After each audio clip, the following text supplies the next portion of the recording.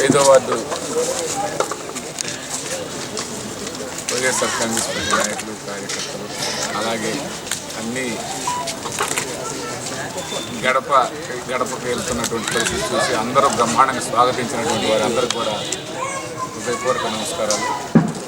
ఈరోజు 5వ వార్డుకు వస్తే ముఖ్యంగా ఎల్ఈడి బల్బులు చెప్పడం చాలా ఆర్భాటంగా చెప్పడం జరిగింది. అయితే ఇక్కడికి వచ్చి చూస్తే ఎల్ఈడి బల్బుల వల్ల ఆ పక్క మనిషి కూడా కనిపించలేని పరిస్థితులు ఈరోజు మనం చూస్తున్నాం. రెండోది కరెంట్ డిపార్ట్మెంట్ పూర్తి స్థాయిలో ఈ మధ్యకాలంలో చాలామంది కరెంట్ షాక్ గురై చనిపోయినటువంటి పరిస్థితి మనం చూసాం. మొన్న ఈ మధ్య పేర్లపాడులో ఇద్దరు, అంతకుముందు పేర్లపాడులో అని మరొకరు, ఇట్లా ఎక్కడ కూడా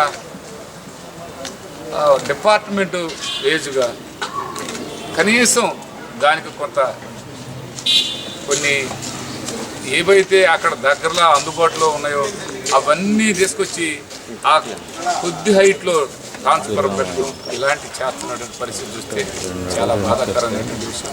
ఎలక్ట్రికల్ డిపార్ట్మెంట్ నుంచి మటుకి పూర్తి స్థాయిలో ఎక్కడ కూడా వాళ్ళు పనిచేయట్లా. ఈ మధ్యకాలంలో చూస్తే ఎక్కడికక్కడికి అశ్రద్ధ వల్ల మనుషులు ప్రాణాలు కోల్పోతున్నారు. మరి ఈరోజు ఇంకా కూడా బజార్లో డ్రైనేజీ సిస్టమ్ పూర్తి స్థాయిలో ఏ బజార్కి పోయినా కూడా టౌన్లో ఆ డ్రైనేజీ క్లీనింగ్ సిస్టమ్ ఎక్కడా పనిచేయట్లేదు. కౌన్సిలర్ గారు ఉన్నారు, అలాగే మన కమిషనర్ గారు పూర్తిగా ఒకసారి బయటకు వచ్చి చూడాల్సిన అవసరం ఉంది. ఆయన ఏంటి అసలు పట్టించుకోవాలి. ప్రభుత్వ పరంగా గొప్పలు చెప్పుకోవడం తప్ప ఎక్కడ కూడా ఏమాత్రం కూడా ప్రభుత్వ పరంగా ఒక్క పని మేము కరెక్ట్గా చేసాము అని చెప్పేదానికి ఏది చూపించుకునేదానికి లేదు. ఇక్కడ ఉన్నటువంటి శాసనసభ్యులు కానీ మేము అడుగుతున్నాం, శాసనసభ్యులు ఎక్కడైనా ఇదిగో మేము టౌన్కి ఇది చెప్పుకోదగిన పని ఒక పని చేసాం అని చెప్పమనండి. మేము అన్ని విషయాల్లో ఆయనకి ఎక్కడ చెప్తున్నారు, వైఎస్ఆర్ కాంగ్రెస్ పార్టీ సహకరించట్లేదయ్యా. ఏ పనికి సహకరించాలి? మేము ఏ పనికి నువ్వు చేసావు, మేమేం సహకరించాలి? ఈ వినుకొండకి శాశ్వత మంచినీటి పథకాన్ని ఏర్పాటు చేస్తానని ఆ రోజు ఎలక్షన్ల హామీల్లో నువ్వు బ్రహ్మాండంగా చెప్పావు.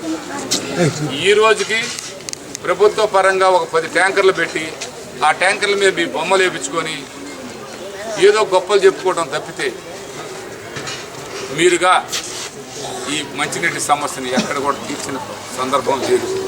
మీరు ఇంక తీర్చలేరు కూడా. మీరు జనం మీ మీద పెట్టినటువంటి నమ్మకాన్ని మీరు పూర్తి స్థాయిగా ఒమ్ము చేయటం, అన్ని అబద్ధాలు చెప్పి నువ్వు బ్రహ్మాండంగా 2 సార్లు ఎమ్మెల్యేగా గెలవటం జరిగింది. గతంలో కూడా చూసాం.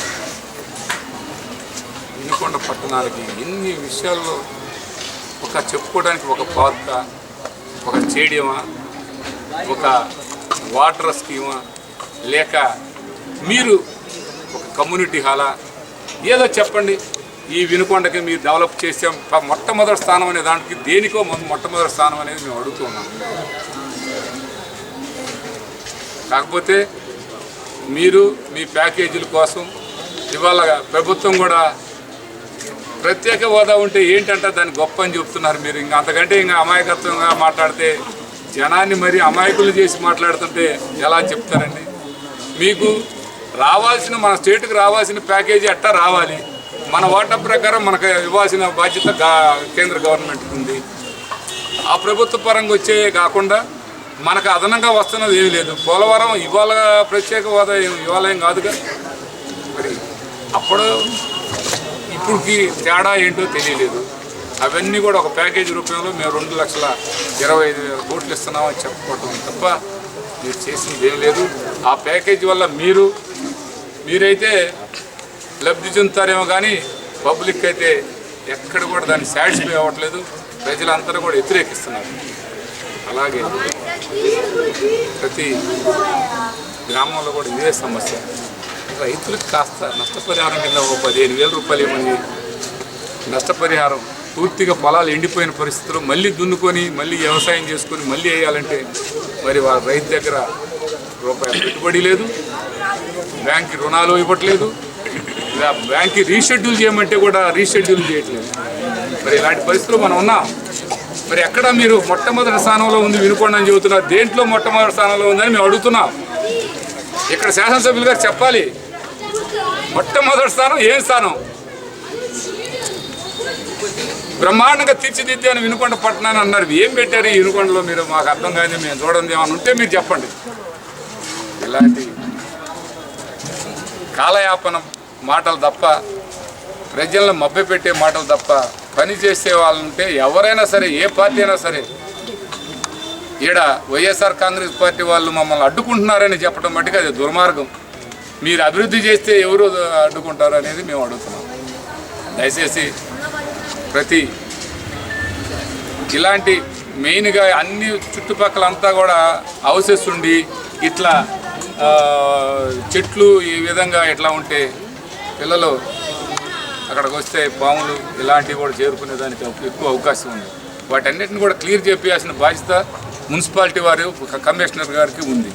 ఆ కమిషనర్ గారు బయటకు వచ్చే పరిస్థితి లేడు. ఆయన లోపల ఏసీలోంచి బయటకు వచ్చే కమిషనర్ కాదు మరి ఇప్పుడున్న కమిషనర్ గారు. వారిని ఒకసారి వచ్చి చూడాలని మనస్ఫూర్తిగా వారికి తెలియపరుస్తున్నాం.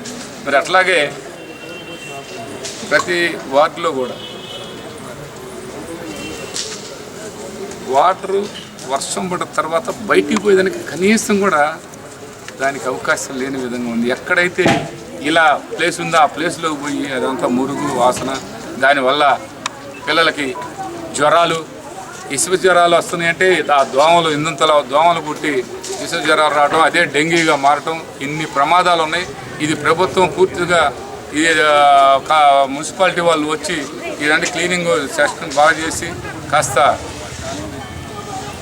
పూర్తి స్థాయిలో దృష్టి పెట్టాల్సిన అవసరం ఉందని కూడా తెలియపరుచుకుంటూ సెలవు తీసుకుంటాం. వర్ధిల్లాలి వైఎస్ఆర్ కాంగ్రెస్ పార్టీ, వర్ధిల్లాలి వైఎస్ఆర్ కాంగ్రెస్ పార్టీ, వర్ధిల్లాలి వైఎస్ఆర్ కాంగ్రెస్ పార్టీ, వర్ధిల్లాలి బొల్లా బెమ్మరాడి గారి నాయకత్వం.